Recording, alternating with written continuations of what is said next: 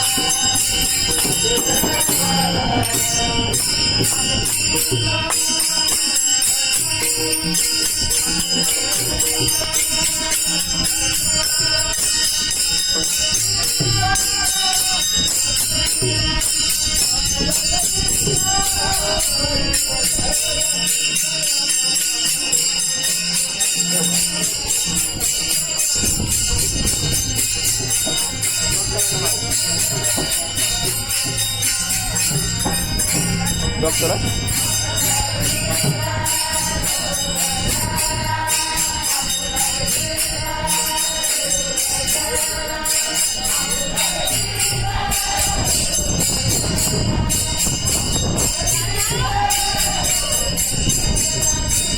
सकल टीम पूर्ण आमचं गावकरी मंडळ या ठिकाणी अतिशय ॲक्टिव्ह असतं. तुम्ही जर पाहत असाल तर सुंदर असा कार्यक्रम आपल्या या ठिकाणी हाटकरवाडीचा म्हणून ओळखला जाणार आहे. प्रशस्त वातावरणामध्ये सुंदर असा होत असतो कार्यक्रम. पाहू शकता मित्रांनो. तर आपला छोटासा ब्लॉग कसा वाटला काय नाही नक्कीच सांगायचं ना मित्रांनो. हे आपलं मंदिर आहे. चला राम राम मंडळी.